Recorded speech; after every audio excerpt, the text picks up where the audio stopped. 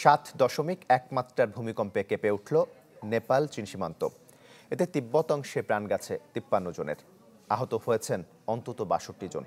এছাড়া চীনের শিজাং প্রদেশও ব্যাপক ক্ষয়ক্ষতি হয়েছে বলে জানায় চীনের গণমাধ্যম সিজিটিএন।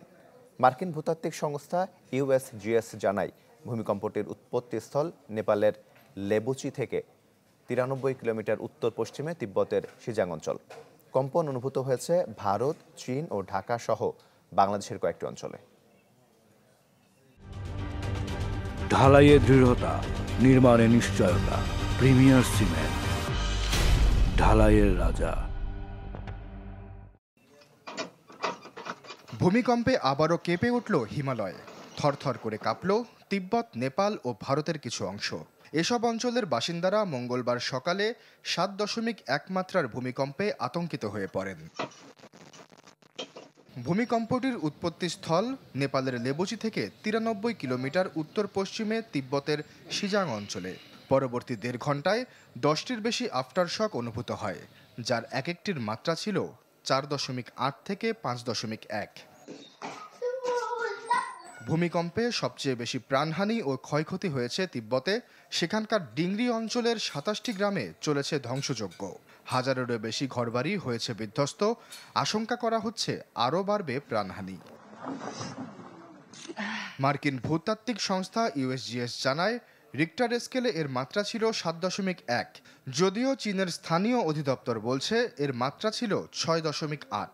তবে মাত্রা যতই হোক, ভূমিকম্পের বড় ক্ষয়ক্ষতি দেখছে অঞ্চলটি। শুধু তিব্বত বা চীন নয়, নেপাল, বাংলাদেশ, ভারত ও ভুটানের বেশ কিছু অংশে অনুভূত হয় কম্পন। তাই বিশেষজ্ঞরা বলছে ভূমিকম্প প্রবণ এলাকা হলেও গেল 5 বছরে এত শক্তিশালী কম্পন দেখেনি অঞ্চলটি। এই অঞ্চলটি ভূমিকম্পের সাথে অপরিচিত না।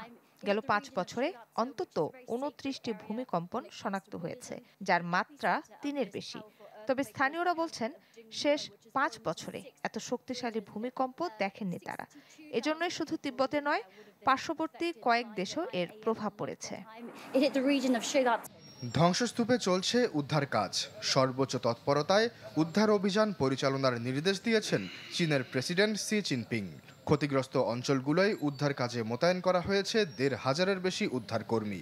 এখন পর্যন্ত 22,000 ইউনিট ত্রাণ মজুদ রাখা হয়েছে বিভিন্ন এলাকায়। চাংশুও, কুয়োলো, কুয়োগো গ্রাম থেকে উদ্ধার হয়েছে সবচেয়ে বেশি মরদেহ। আহতদের সরিয়ে নেওয়া হয়েছে বিভিন্ন অস্থায়ী চিকিৎসা কেন্দ্রে। আশ্বাস চৌধুরী, চ্যানেল 24।